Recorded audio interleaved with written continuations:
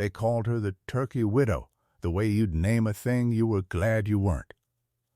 The morning it began to turn, she stood at her range gate with the sun already hard and white over the Blackland prairie, watching near 200 bronze turkeys pour out across the open grass like a slow brown river. It was August in central Texas in the year 1887, and the sky over the little town of Millbrook was a blue so clean and cloudless it looked scrubbed. A leggy young poult had come to stand against her skirt, and she let it stay. Her hands were chapped brown at the knuckles, her chin was level, and in her right fist she carried a long willow wand, thin as a buggy whip and near as tall as she was. The only tool a woman needed to move a flock that size across a whole section of ground. A fine grain wagon came rolling up the section road, the mules stepping smart, the iron wheels throwing a curl of white dust. It did not slow. "Get them trashy birds off the road, widow," the driver called down, and he laughed. One short laugh meant to carry. And then the wheels creaked on down the lane toward the good wheat ground where the decent families kept their barns. Della Mercer, 30 years old and a widow for 2 of those years, watched him go and said nothing to his back. "Mind your mules," she said, quiet to no one, "and I'll mind my flock." The poult pressed closer against her hem. Out on the range the birds moved and murmured, fat and glossy and entirely unbothered, and she lifted the willow wand and turned them south toward the low ground where the grasshoppers were thick that summer. That was how the town saw her, if it looked at all. A woman who could not keep a proper barn. A woman who let the trashy things roost in the live oaks at night like something never tamed.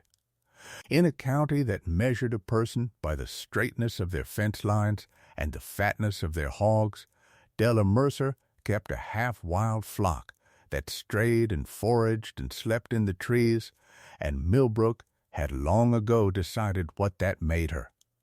She had come to it honestly enough. Her husband, Amos Mercer, had run the turkeys before her. "A turkey will feed you off ground that would starve a hog," Amos used to say, standing at this same gate. "Folks that laugh at that have never gone hungry. Give it time, Della. Hard years teach what easy years won't." Then the fever took him in a wet spring, and she buried him under the one hackberry on the rise, and went on doing the only thing the place could do. The ground he left her was too thin and too broken for a real crop, all shallow soil over white rock, but it grew grass and weeds and grasshoppers in a plenty, and a range turkey asked for nothing more. So she kept them, and the town kept its opinion, and the two things lived side by side without touching.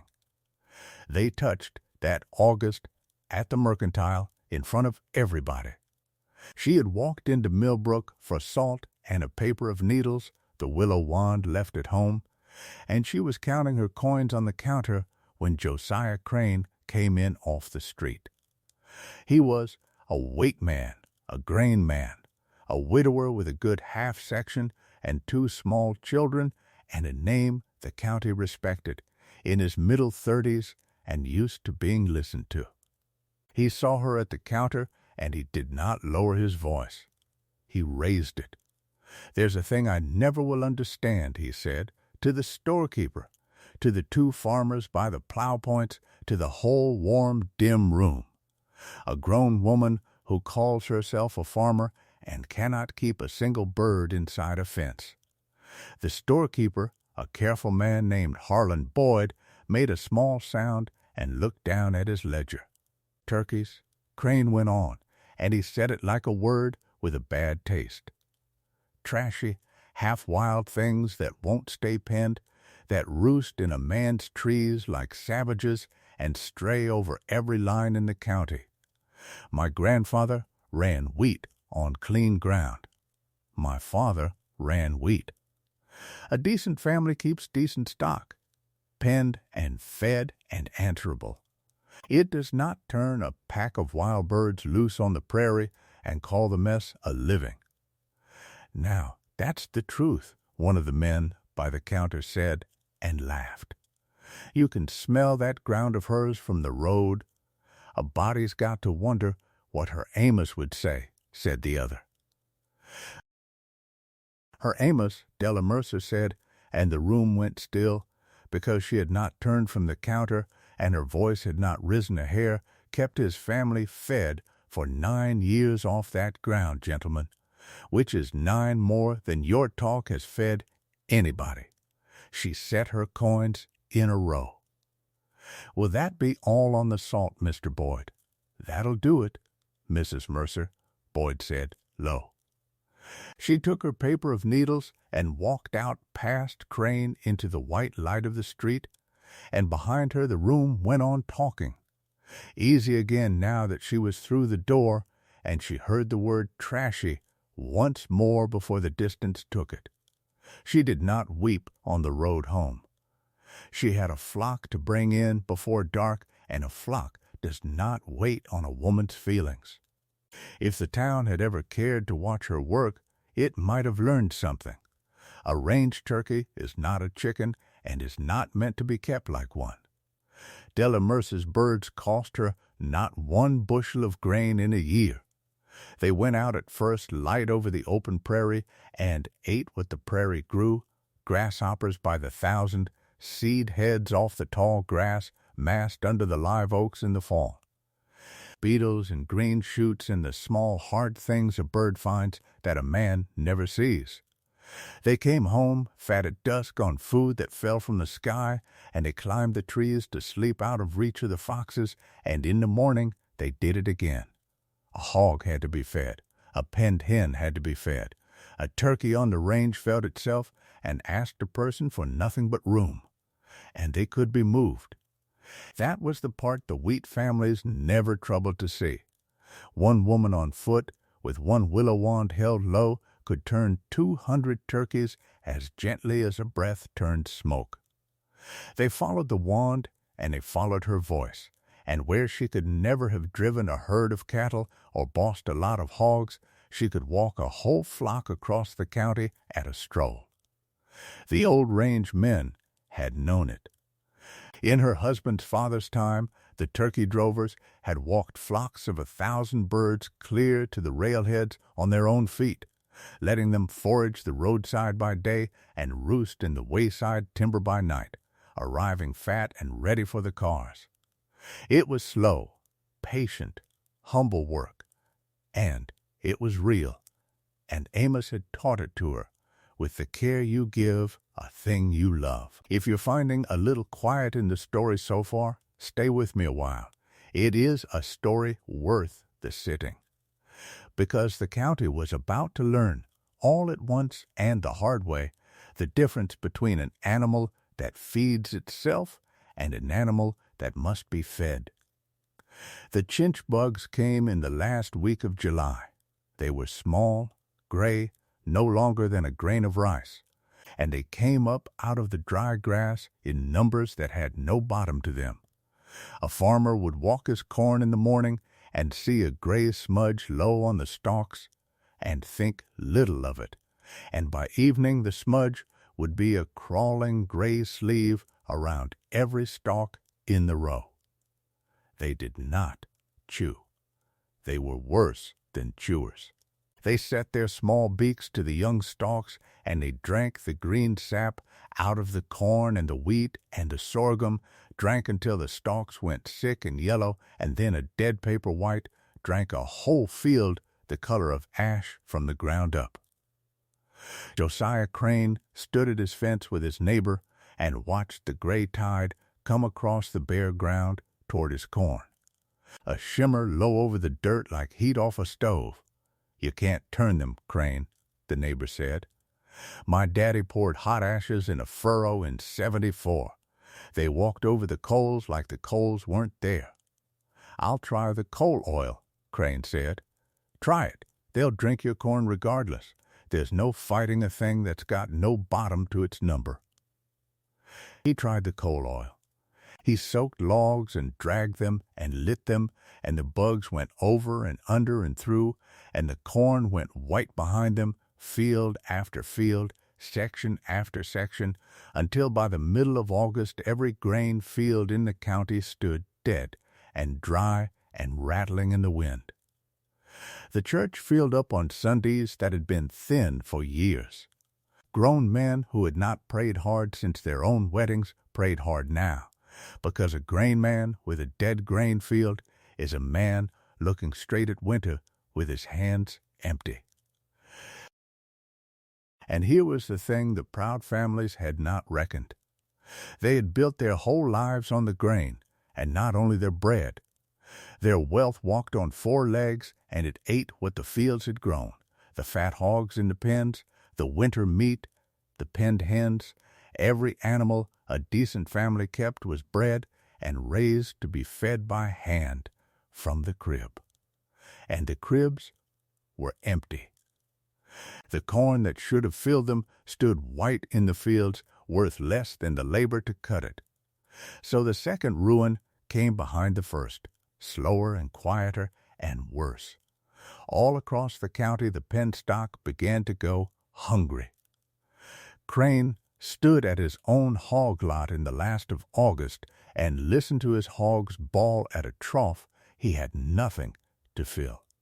"Easy," he told them, low, in the voice a man uses on stock he can't help. "Easy now. I know it. I know." But knowing it filled no trough. His wheat was dead. His corn was dead. His hogs were starving on the deadness of both, and in his house were 2 children who would want feeding every day between there and spring.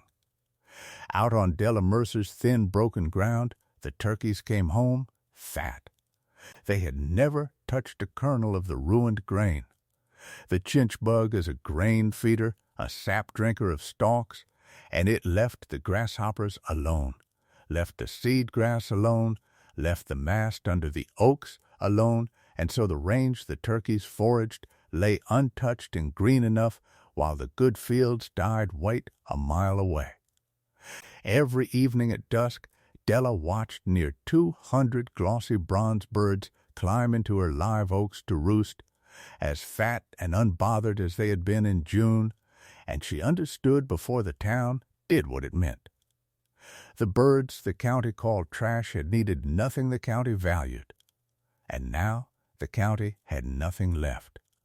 The dark of it settled over Millbrook like the gray had settled over the fields. The same church women who had crossed the street rather than nod to the turkey widow found a new thing to say, quietly, over their fences. "It's a judgment," one said, "on a proud county." "Mark it, on the whole of us," said another, "on some more than others." And she looked down the road toward the good clean farms that lay dead, and not once toward the thin broken ground where the trashy flock was fat, because a judgment that fell on the proud and spared the despised was not a judgment she cared to finish thinking about. At night things went worse in the Crane house. The youngest, the little girl, went thin.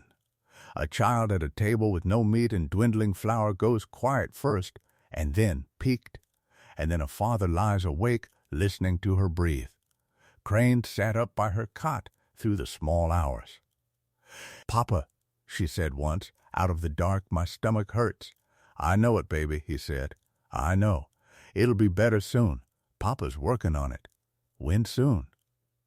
"Soon," he said, and had no more truth than that to give her, and sat with his jaw set while out past the window his hog lot bawled at empty troughs. He did the arithmetic a proud man hates worst of all. He added up everything he owned and everything he knew and everything his good name was worth, and the sum came out to a winter his children might not eat through. And a mile off, plain as a lamp in a dark house, there was one flock in the whole county the bugs could not touch, kept by a woman he had shamed to her face in front of the town. His pride was the last full thing he had. It was also the only thing standing between his children and food. He sat with that a long night, and a longer one after it, and then on the third morning he took his hat off its peg and walked down the lane to her gate in the first gray light before the sun. She was already up, of course. A woman with a flock is always already up. She stood at the gate with the willow wand when she saw him coming on foot. No wagon, no swagger. His hat already in his two hands against his chest. "Mr. Crane," she said, and waited and let him come the whole way to her. He stood there with the hat turning slow in his fingers, a big, proud grain man made small by a bad year. He looked at the fat bronze birds waking in her oaks, and then at the ground, and then, because there was nothing else left to do, at her. "I said a hard thing to you, in the store," he said. "I meant it hard. I won't stand here and pretend I didn't." "No," she agreed, "you won't. I called your birds trash. I called your husbands living a mess. You did that too." He nodded as though it were only fair, and then he said the thing he had come to say, the thing his whole life had trained him never to have to say, and he said it plain because there was no other honest way. "My fields are dead," he said. "My hogs are starving and I can't feed them. My little girl's gone thin at the table, and I've got nothing to put in front of her that lasts to spring. There's not a grain family in this county any better off." The hat went still in his hands. "Your birds are fat. They never needed a thing we had. So I'm asking you, and I know what it cost me to ask it. Can your turkeys feed the town?" The sun came up over the rise behind her while he waited on the answer, and it lit the fat flock gold in the oaks, and it lit her level face. "They can," she said. "Help me walk them to the railhead." There was no triumph in it. She did not smile. She said it steady and even, nothing performed. And then she turned to the flock and began, out loud and practical, to reckon the drive. "It's 40 miles east to the depot on the branch line," she said. "A range flock walks it on its own feet 6 or 7 miles a day, foraging the roadside as it goes. Roosting in the timber at night, 6 days out, maybe 7. And at the depot? At the depot the buyers pay hard money for near 200 fat birds in a hungry year.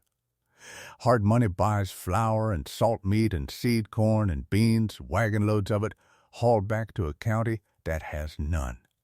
She looked at him. "It is not charity, Mr. Crane. It is a flock turned into a winter, by the only method you ever mocked me for keeping. Can you walk?" "I can walk." "Then be at this gate at sunup with your boots broke in. Bring a willow wand cut long and thin. Leave your pride on the peg with your hat. It won't drive a single bird." Word of it went through Millbrook faster than the bugs had. By the time she and Crane started the flock east at sunup, half the county had found a reason to be standing along the section road, and Della Mercer walked out in front of 200 turkeys under a blazing blue morning with a willow wand in her hand, and the whole town watching the trashy birds go by. Crane walked the flank. That was the part they would talk about for years.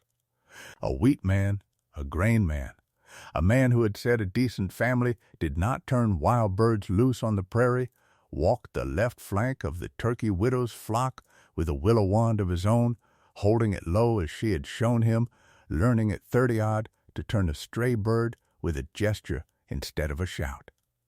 "Low and slow, Mr. Crane," she said, when a knot of birds broke for a dead wheat field. "They're not sheep. You don't drive a turkey. You suggest a thing to it and let it think it thought of it." He brought them back low and slow. Some man along the fence laughed the short laugh, and Crane did not so much as turn his head. "That fellow's laughing at you," Della said, Mild, let him, Crane said. I laughed at you from a warmer spot than this. Turnabout's got no sting I haven't already earned. She almost smiled at that. Almost they camped the flock in the roadside timber at night, the birds up in the trees, the two of them at a small fire below, and she taught him the work as Amos had once taught her. How do you count them in the dark? He asked, the first night. You don't count them, you listen to them settle. A flock that roosts easy is whole. A flock that frets, you've lost one and you go find it. She fed a stick to the fire. My Amos could tell a storm coming a day off by how they went up to roost. Restless and low means weather. I can do it now. You will too if you stay at it long enough. My boy would take to this, Crane said after a while. He's always after the wild things. His sister, too. I used to tell him to leave off, that a Crane keeps proper stock, penned and answerable. He turned a stick in the coals. I told them a great many things I'm going to have to walk back. Children forgive a walked-back thing quicker than grown folk do, she said. It's the one mercy of being small. Did yours? I never had any to find out. She said it plain, with no grief hung on it. Amos and I ran out of years before we ran out of hoping. It's part of why the flock came to matter as much as it did. You tend what you're given to tend, Mr. Crane, and you don't spend the tending grieving over what you weren't. Crane was quiet a moment. That's a hard thing said easy. Most true things are. She banked the fire. Sleep, they'll wake us before the sun. And there's a long road yet in these boots. You think I'll be at it long enough to learn the storms? She looked at him across the little fire and did not answer that one, and he had the sense not to ask it twice. A proud man who is run out of pride will listen to anything. And somewhere on that road, the listening stopped being defeat and started being something else, something closer to respect, and then closer than that. At the depot, the buyers came out to the pens and saw near 200 fat bronze turkeys in a year when nothing was fat. Fine birds, the buyer said. I'll give you 6 bits a head, the lot. You'll give me $1.25, Della said, and think yourself lucky. There's not a fat bird between here and the coast this year, and the cities want their winter meat same as Millbrook does. 6 bits is a joke, and you know it. That price, or I walk them to the next depot and let your competition thank me. The buyer looked at her a long moment, and looked at the fat, glossy flock, and knew a true thing when it was said to him plain. $1.25, he said. She took the money in a canvas sack and spent the whole of it on the spot, in flour and salt pork and beans and seed corn for the spring planting, and hired the wagons to haul it, and drove the loaded train of them back west the long way she had come. And then she gave it away at cost. That was the thing the county could not fit in its head at first. She had turned her whole flock, everything she owned in the world, into a winter's worth of food, and when the grain families came to her gate with what little money they had left, she sold it to them for exactly what it had cost her at the depot, and not 1 cent over. Harlan Boyd, the storekeeper, worked out her figures and stood in her yard with his hat off. Mrs. Mercer, you've charged yourself for the whole trouble and charged us for none of it. The drive, the 40 miles, the 6 days, the risk, that's not sense. You could name any price in this county right now and get it. The food is for sale, she said, at what it cost me. The neighbor part isn't, and she went back to weighing out flour. They came all that autumn. The wheat families who had crossed the street from her came up her lane instead, hats in their hands, and she fed them at cost, without a word about the store or the street or the short laughs. The wagons went out from her gate loaded, and no table in Millbrook went bare that winter. The reckoning came as she would have wanted it, if she had wanted one at all, which she did not. It came humble first. The preacher's wife walked out to the gate on a cold, bright morning with an empty flour sack folded over her arm and no speech ready. She was one of the fence-line women who had called the ruin a judgment. "I haven't got the money till the calf sells," she said, and stopped and started again. "And I said things about you over my fence, ugly things. I want you to know that I know it." Della Mercer took the sack and filled it, flour to the top, and folded it back into the woman's arms. "Pay me when the calf sells," she said, "or don't. Your children eat either way. That's all you'll say to me after what I said?" "There's flour on your arm and a winter coming," Della said. "What else is worth saying?" And the preacher's wife cried on the road home where nobody could see, and told it later so many times that the whole county came to know it. The public turn came after, at the Mercantile, where the shaming had started. Della had gone in for lamp oil, and the room that had laughed at her went quiet when she came through the door. Then Boyd came around his own counter, and the two farmers by the plow points stood up. "Mrs. Mercer," Boyd said, and he had plainly been chosen to say it. "The men have been talking. This won't be the last bad year. There'll be another drought or another bug or another dead winter, sure as anything, and when it comes, this county would sleep easier knowing there was a flock on the range that didn't need our grain to live." He turned the hat in his hands, and she saw where Crane had learned it.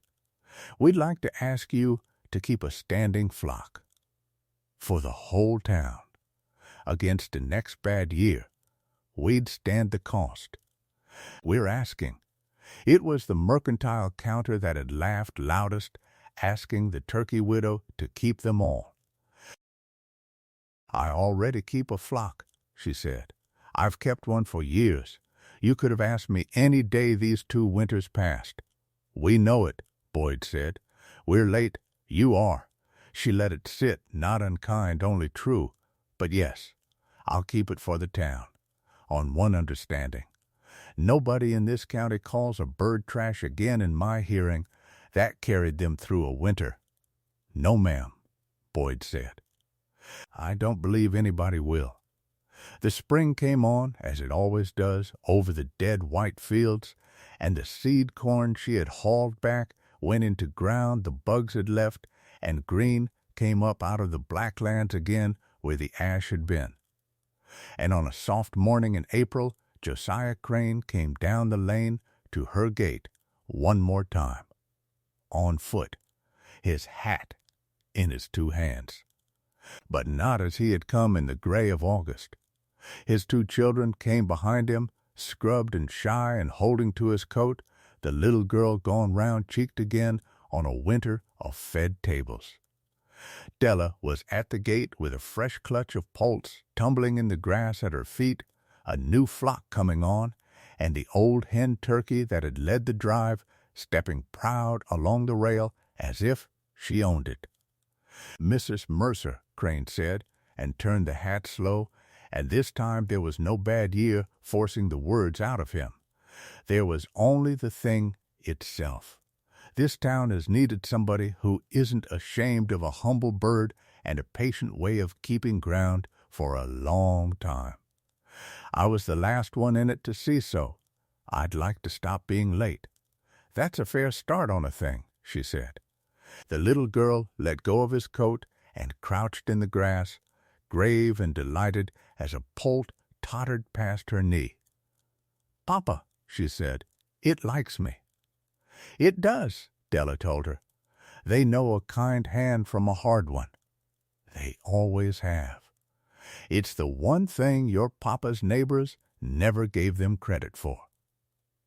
Crane looked down at his daughter in the grass, and back at the woman who had fed her through the winter.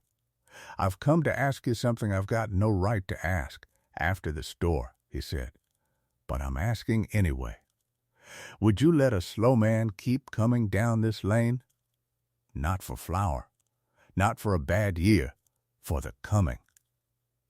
Della Mercer looked at the child in the grass and at the man with his hat in his hands, and out at the flock waking in the oaks under a clean blue Texas sky, and something in her level face gave, just a little, the way ground gives to the first green after a hard year. "Come in off the road, then," she said, "the lot of you. There's a supper to lay, and it lays easier for 4 than for 1. He came in through her gate, and the children came in after him. And out on the range the bronze flock spread, and murmured and foraged the ground that had cost the town nothing and saved it everything. A supper was laid for 4 that night in the little house where a widow had eaten alone for 2 years. And on the gate rail, later in the last of the light, his hand came to rest near hers, and neither of them moved it away. And the poults went up into the low branches one by one to roost as their kind had always done, trashy and half-wild and fat and free, out of the reach of anything that meant them harm. And that was the story of a woman the whole town called trashy and backward, whose half-wild flock fed every family that ever mocked her through a hungry winter, and who never once asked to be thanked. Tell me in the comments if you enjoyed this one. Thank you.